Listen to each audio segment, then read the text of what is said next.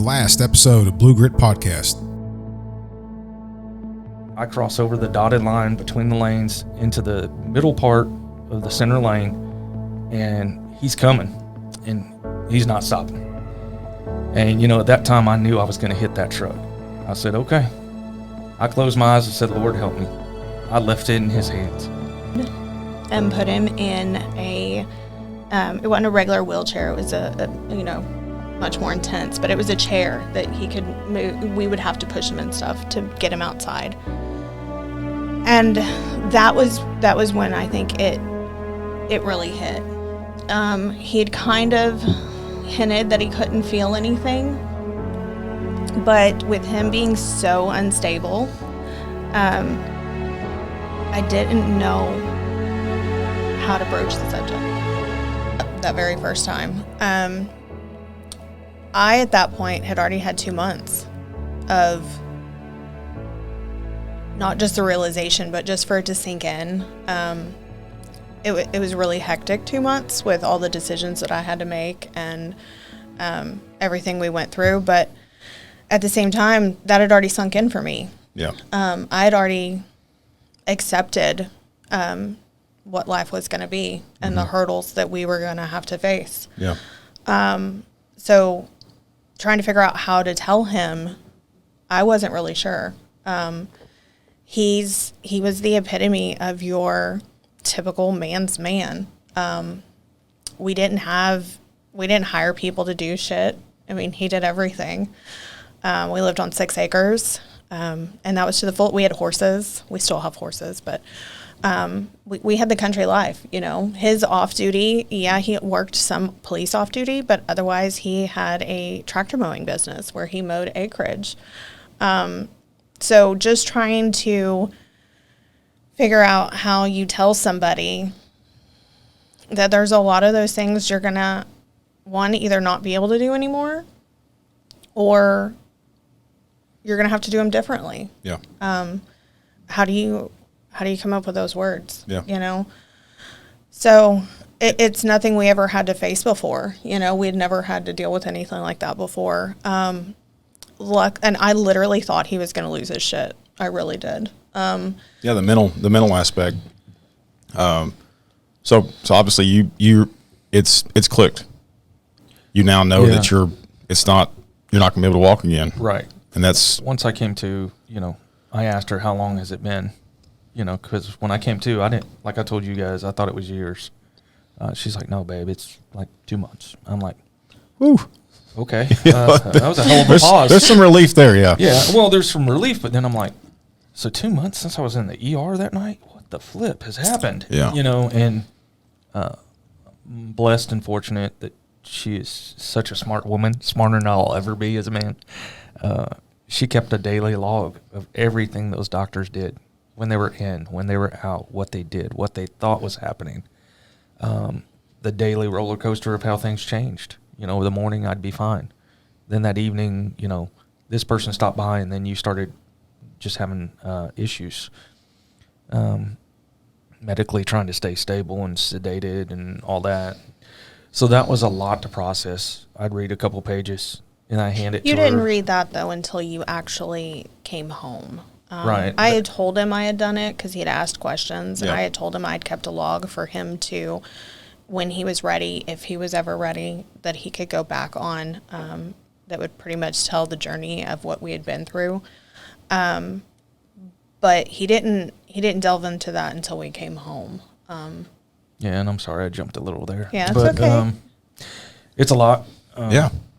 Especially, even for Clint. Clint was there the whole ride. Yeah, Clint had to step out. He had a situation go on, a critical incident, jump on. So, they got me outside. That was finally a little sigh of relief to get outside and see the world, because all I'd seen to this point and heard was medical stuff going off, beeping, tones, and the typical hospital room, no daylight, no nothing. It was very depressing, very sad. And I'm already in a crappy situation. So that doesn't help you mentally, let alone now I've got all these compounding things that are running through my brain. I am, at that point, still having problems processing things. like memory wise. You know, she'd tell me somebody stopped by or came by to see me, and I'm like, I don't remember that. And she's like, it's okay. Yeah. And I'm thinking, I'm like, holy crap, what the hell happened to my giblets while I was out, you know? Luckily, he didn't lose any It was more like a short term, actual not memory, long term. though. Right. He remembered who I was. He remembered our life. He remembered the children. So it wasn't anything like that. So we were very fortunate in that, because I was kind of worried about that with him being out for so long, what I was going to have him waking up to. But he didn't have any of that, I can thankfully. tell you a creepy story. So here's some weird crap. And God works in weird ways. And he has a joking character about him from time to time. So during all this, her birthday's November 1st.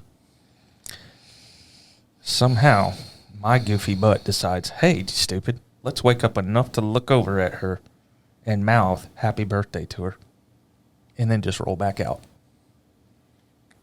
Wow. That's amazing. So it was one of those. He had no idea. I had no idea. So during him being out, we had Charles turn 5. Yeah. Then we had Halloween, my birthday, Yep. Thanksgiving, and obviously Christmas during this whole entire time. Yeah. So what day did he actually go? What was the date that you arrived home?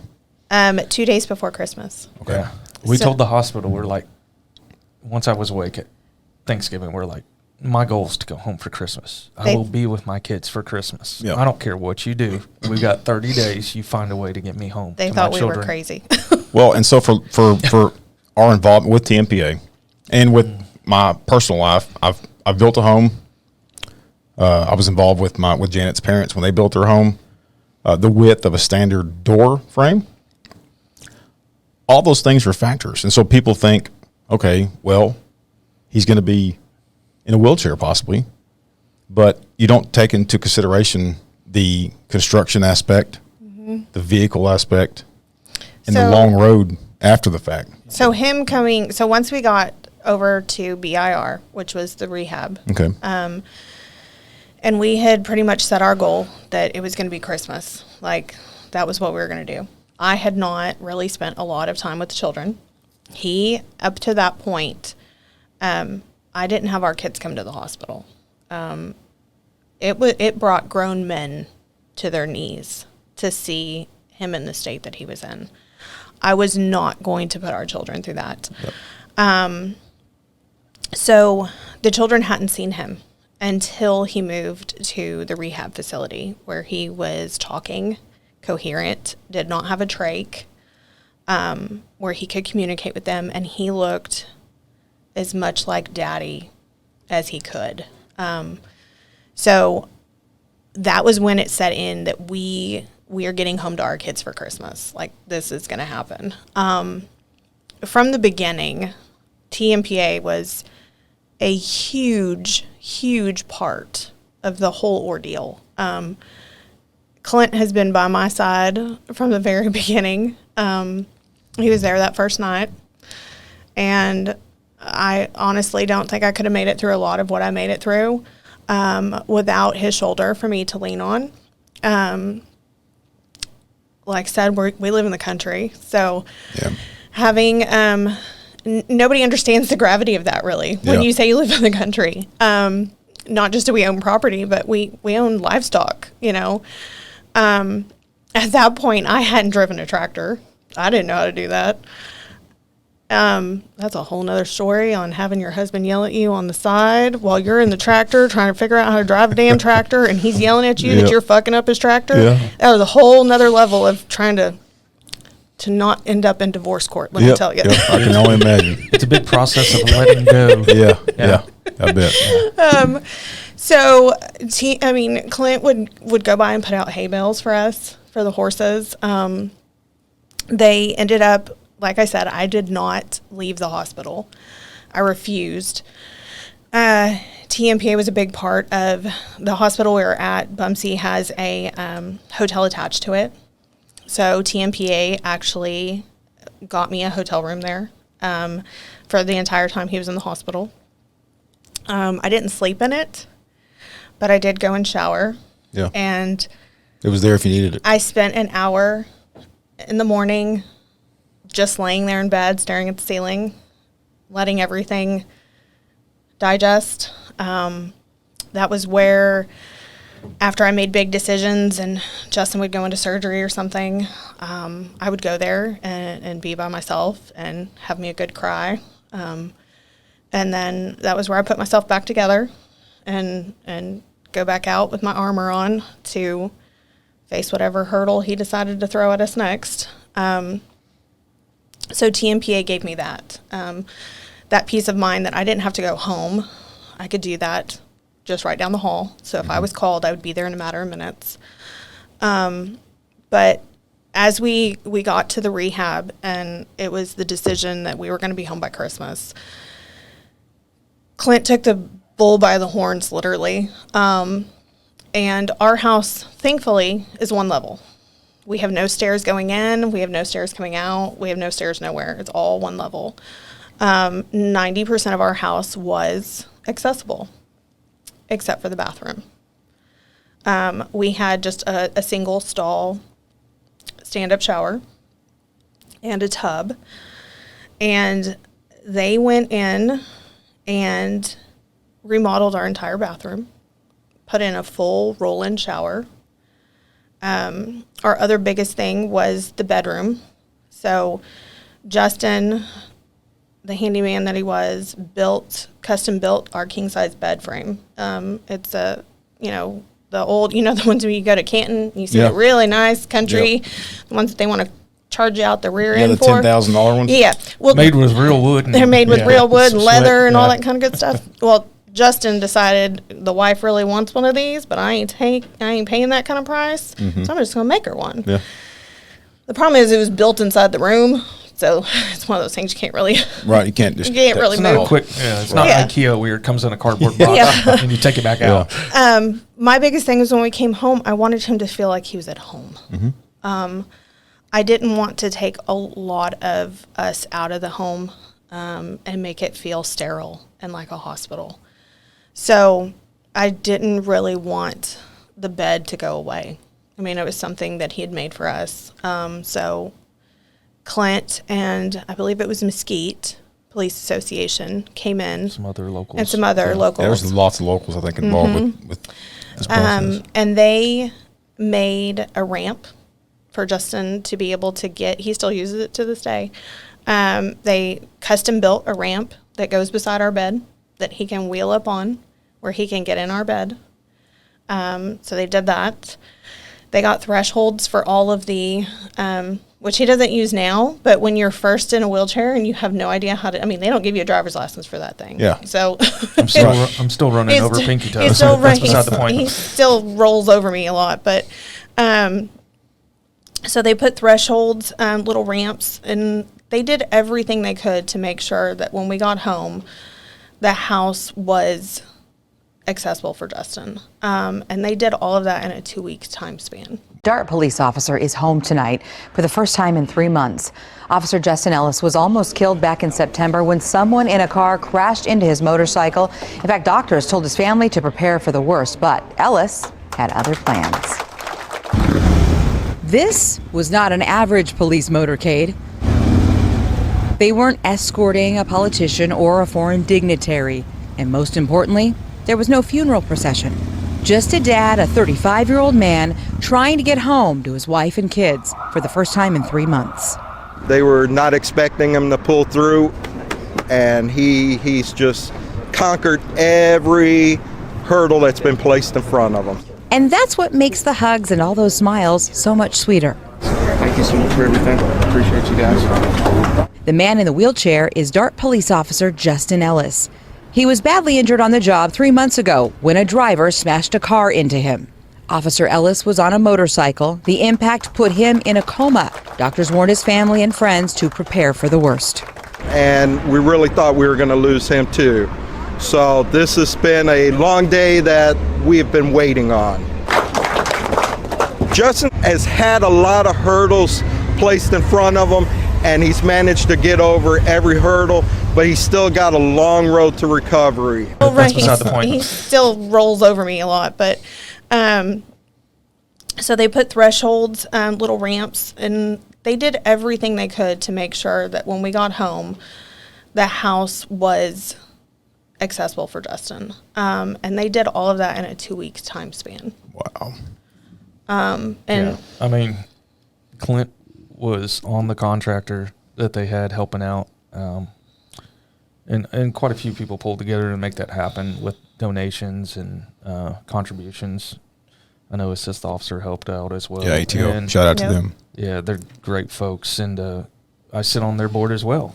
And I know we'll dive deeper, but part of all of this that I've been through is finding your purpose and finding out, okay, you know what, dum-dum, when I got home and had to work through the mental aspect of everything I was compressing in my brain and trying to process, I said, I've been given a second chance. I could have been lights out that night. Could have been over. Everybody could have had the funeral. We could have been done with that crap. Justin's gone. I was spared. Okay. He's got a bigger purpose. You need to come back centered to God. Get yourself together. Quit mentally breaking yourself down. Because you know how we are as cops. Yeah. We compartmentalize. We bottle up. We don't let it out. Counseling is the best thing that ever helped me through this. I had a counselor from the hospital come in who dealt with military guys. This guy walks in one day to me in the bed while I'm trying to watch TV and eat, and he goes, hey, such and such, the counselor, Warren Jackson. If you want to talk, you can talk to me. If you don't, I don't care. He drops his business card on my little food thing, turns around and walks out. And I get furious mad because I look at her and go, what the F is this guy's problem? I was like, what makes him think I want to talk to his shrink? You know, Yeah. typical cop. When I got home, I knew things were not 100% for me and Rachel. And I knew that it came to a point where she looked at me and she goes, babe, you got to work on yourself and then we'll work on us.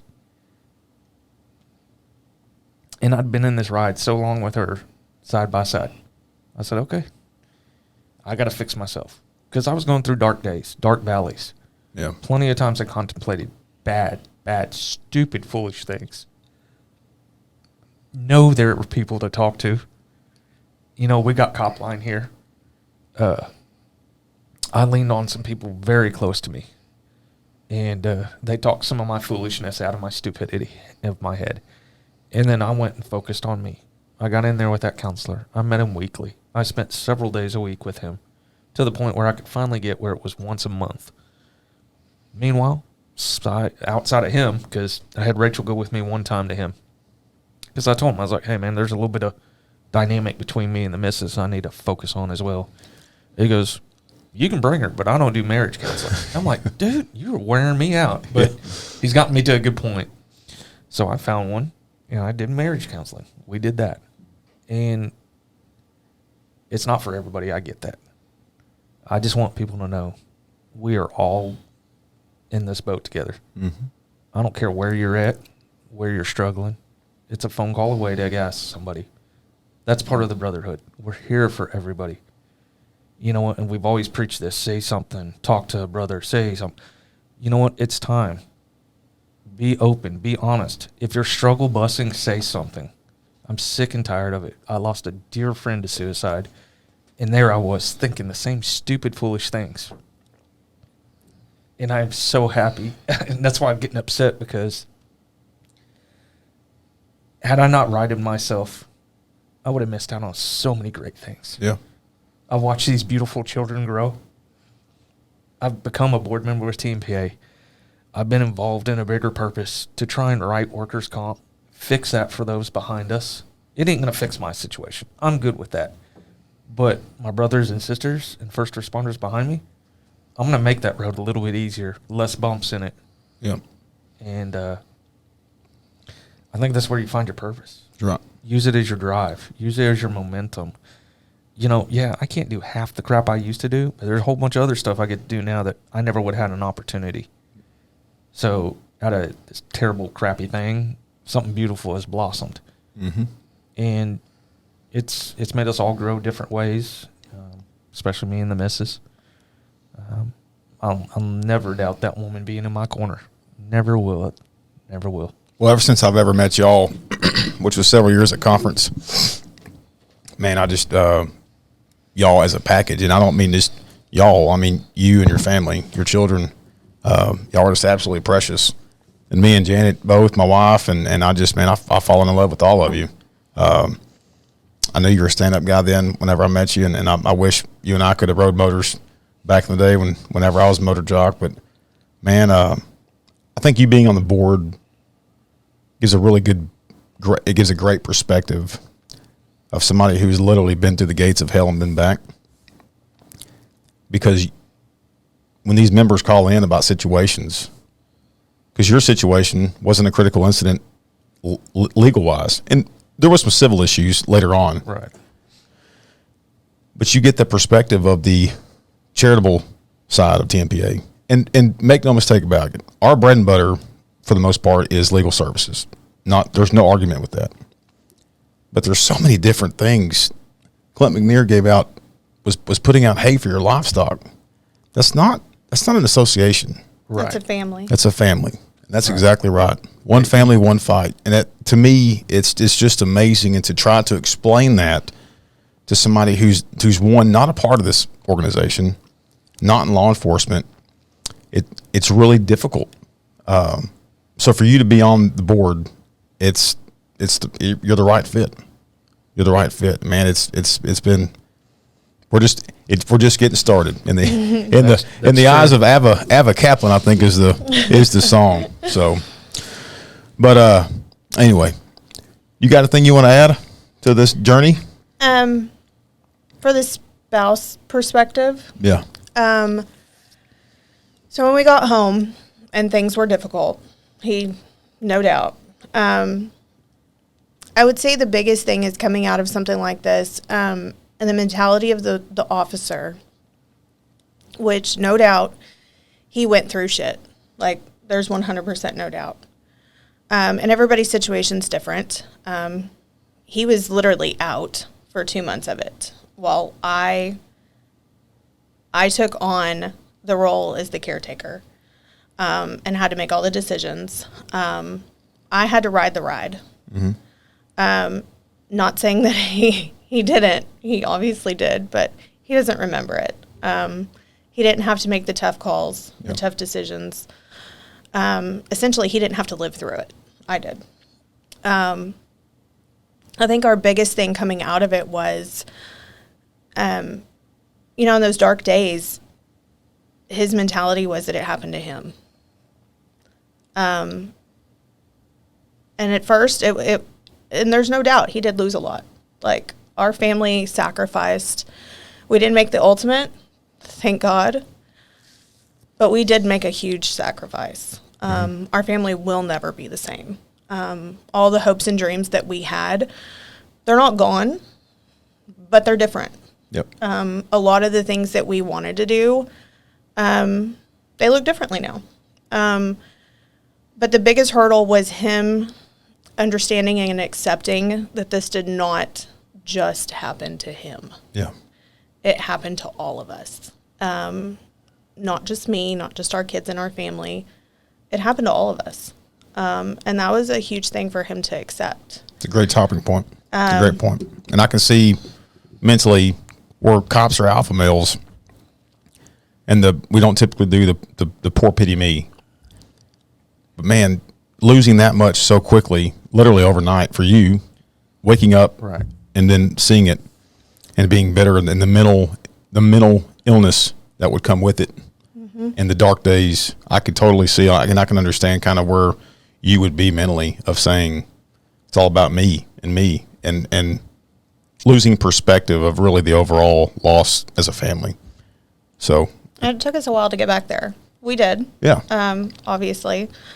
But trying to turn that back around and just, a lot of it, you don't really realize that sea of blue until you're put in one of these situations.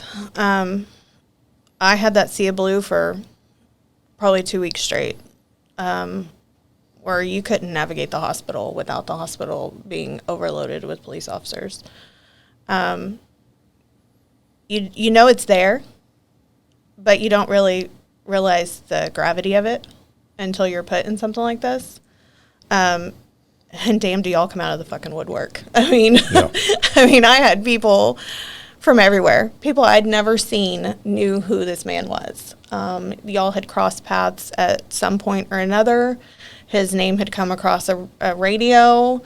Y'all had worked a scene together, made a traffic stop together, just anything and everything. He had touched so many lives prior to this, and the support that you get is incredible. But I can say that once we left the hospital, the support kind of went away. And I think that was one of our biggest problems. And I think that's also where the mental health kicks in. Because during the hospital, everybody wanted to come up and see him. Everybody wanted to be there to support him and make sure that he had made it through and how he was doing. And, you know, you hear brothers in the hospital, you want to stop by and you want to see him. And once we got welcomed home and we were home, it all trickled away. And I was left to deal with him on my own. And it was kind of that, well, he's home, he's out of the hospital, he's alive. Like, what do we need to do now, you know? Yep.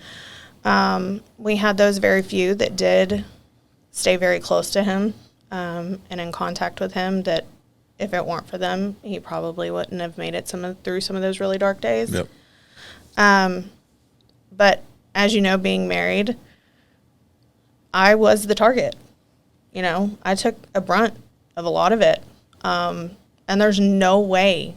It couldn't have mattered if I said I loved you or I hated you. He didn't hear that. He didn't hear any of it. He just saw me as a good whipping post, you know, to let a lot of his frustration and anger out. And he didn't know where to put it. He didn't believe me there for a while that there was such a sea of blue in the hospital and that he did have all that support because he didn't see it. He didn't get to see it. I saw it. And then coming home, he's like, well, where the fuck is everybody? Yeah. You know, like, you say they were all here. Well, where are they? Mm-hmm. When you're mentally down, you're not going to be the one to call and say, hey, I need help.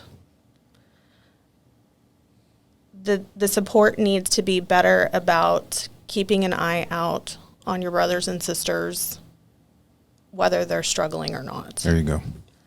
I don't think the problem is a lot of these don't get noticed or recognized until it's too damn late. That's right. The call doesn't come saying, oh shit, we need to go help until the gun is to the head. Mm-hmm. And at that point, you're too damn late. And that's that was where my frustration came as the spouse trying to help him navigate it as best as I could. One, I'm not a man, so I can't even grasp everything he physically, mentally lost. Not as a family man, as a man in general, as a police officer. This was essentially a career-ending incident. He can't go back out on a motorcycle anymore. He can't go back out on patrol anymore. If we didn't have the support of the department and his chief keeping his detective position open and making sure he had a spot to come back to, it would have been career-ending. Yeah. He cannot be the same police officer he was. Yep. So that helped a lot. And, a lot of times when we're out and about, even today, and people are like, oh, you're still an officer? It's surprising because most officers in his situation would not still have a job. Yeah. How long were you out of work?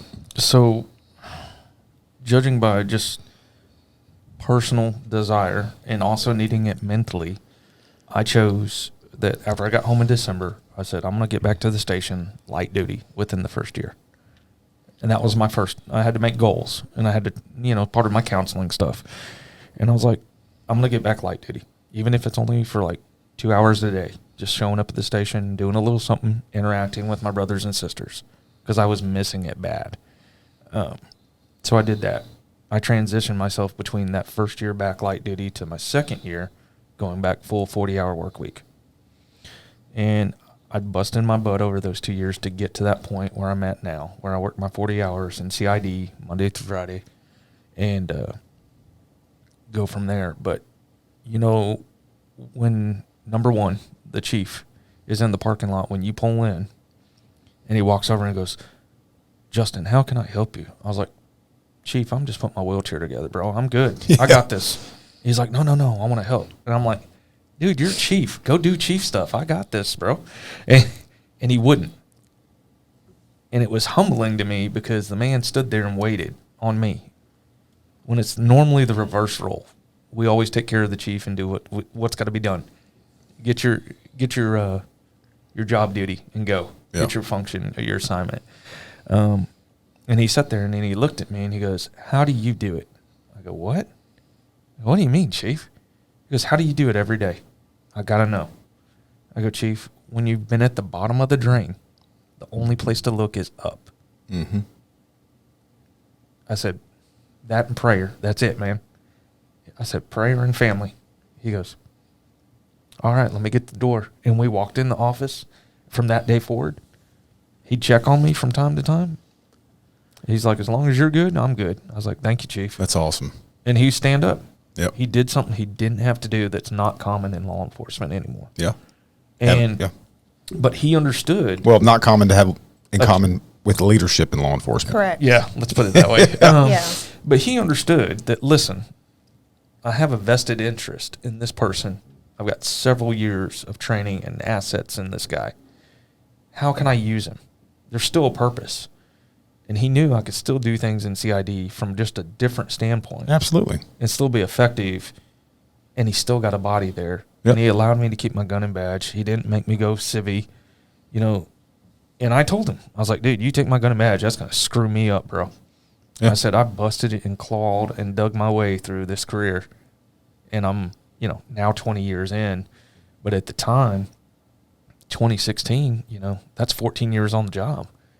You know, my first goal was to do 20 at DART and then go do 20 out at a sheriff's office closer to my family and retire. Things change, different chapters. Yeah. But you know what? I've got a home. That home's always treated me right since day one. And I cannot complain about my DART family. That's awesome. No. They got my six. That's for damn sure. It's been a rough ride, but yeah, it's not common to find that in leadership anymore. No, it's not. It's not. Well, Mr. Rachel, Yes. do you have anything else you want to add? No, I'm pretty good. I wish there was more support for after incidents. Yeah. I could say that, not just on the officer side, but on the spouse's side, the family side, to not just go away during the incident. Once the incident happens, you know, you've got to make sure that these families are taken care of and looked after even after the incident happens. I just had a thought, but I wonder honestly. It obviously couldn't be the wives because we thought we have multiple. I mean, there's women in law enforcement needs to happen, and we have a lot in Texas, and we have a lot of our members that are women. But just a spousal association, Almost like a auxiliary support group. yeah. And I think that so Tmpa's mission statement or our mission is legal. That's our bread and butter. Mm-hmm. But I think if a spousal association, their focus is exactly what you're talking about. And it's hard. I really didn't have, so at our department, I'm not a girl's girl. Yeah. I'm not. I've never been. So trying to reach out to women that you don't know and you don't know the reaction you're going to get is really hard. Yeah. It's just as bad on like I'm saying, when you're in that situation, the officer's not going to reach out to them saying, hey, I'm struggling. Yep. It's kind of the same thing in our sense. If you're not in a circle of girls and you're not close to a bunch of girls, having that spouse try to reach out and say, hey, I'm struggling. I don't know how to handle this. There was a lot of judgment from a lot of the officers and their spouses on how I handled Justin's situation in the hospital and how I took care of him and the decisions that I made, which made it even harder for me after we went home because I didn't know who I could reach out to. Yeah. I didn't know who I could trust. Yeah. Because there was so much being thrown at me judgment-wise on how I was handling things.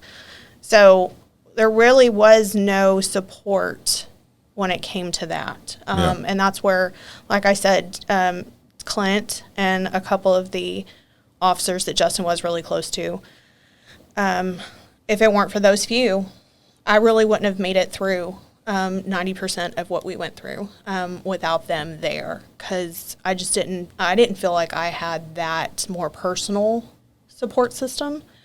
But it's a big deal. It really is. It is. But as far as the spouse, it would be good, but I would think you would have to have somebody that would still do that check-in. Yeah. I think you have to have, like, that just could be like the you mission guys state, do, yeah.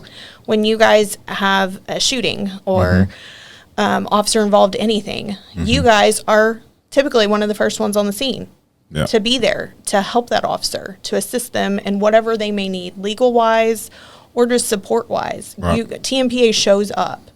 A representative is there saying, we're here, what can we do? Yeah.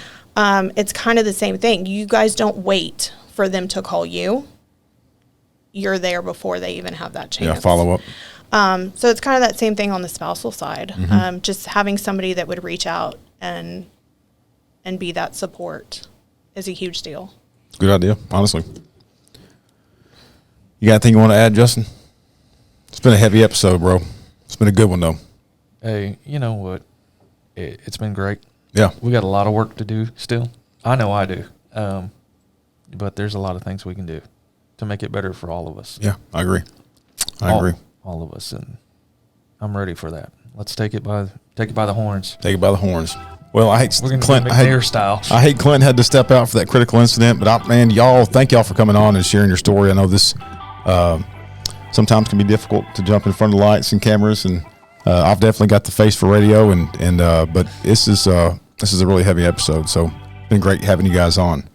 But we've got some rapid fire questions that we end every single episode with. So let's go with this. Favorite cop movie or line from a cop movie, favorite police car ever, and favorite adult beverage. Justin, kick it off. Favorite cop car? Favorite cop movie or line from a cop movie, and then cop car is number 2, and then favorite beverage is number 3. God bless, dude. There's too many good cop movies. There is a lot of cop movies. I mean, I think of Steve McQueen and Bullet. Yeah. I think of Dirty Harry. Yeah, oh yeah. Dirty Harry is number 1 movie. Yeah, movie. I mean, that's a cop movie. Yep. God, it'd be one of those guys for dang sure. And then Crown Vic all the way, man. Crown Vic, Ford Crown Victoria. Yeah. Say it ain't so. 90s to 2000 models. Absolutely. Yeah, the Beast. Yep. I mean, might have been a boat, but he'll take You a licking and keep on you taking. can't destroy them. No, you can't kill it. It's like a garbage truck. That's right. That's right. Favorite adult beverage. Oh man, I'm gonna have to say it's got to have whiskey. So let's old fashioned. Old fashioned. That is like the official TMPA drink. I think so. Yes. Yeah. A lot of y'all drink it. All right, Rach, favorite line or favorite cop movie? I'm going to go with Justin on those because he makes me watch all of them. So whatever he says, I'm going to go with that. I think we've watched every one there is to watch. As far as a drink. Cop car. Oh, cop car. Favorite cop car. Of course, you've never really driven a cop I've car. never She really rode in a driven. Charger at Mach 3. Oh my Yeah, God. yeah. My life flashed before my eyes a couple times. Yeah, I'm not really going to on the cop car, but Favorite adult drink? anything with rum. Rum. Yeah, rum is good. Rum is Anything good. with rum. Yeah, I tend to hike my knee up when I drink rum. I don't know why I kept No, avoiding I stay stuff. away from tequila. Yeah, I'm not a tequila guy or Angel's Envy. And I'll have to tell the Angel's Envy story on the next episode or one of the episodes coming up. That's a pretty funny one. Well, this about wraps it up. And again, thank you all for coming on and sharing this. This is extremely personal, but it's a story that I think needs to be told and needs to be shared with our law enforcement family. So once again, thank you all. It means a whole lot. Thank you, brother. You guys hit that subscribe button, hit the downloads on the podcast.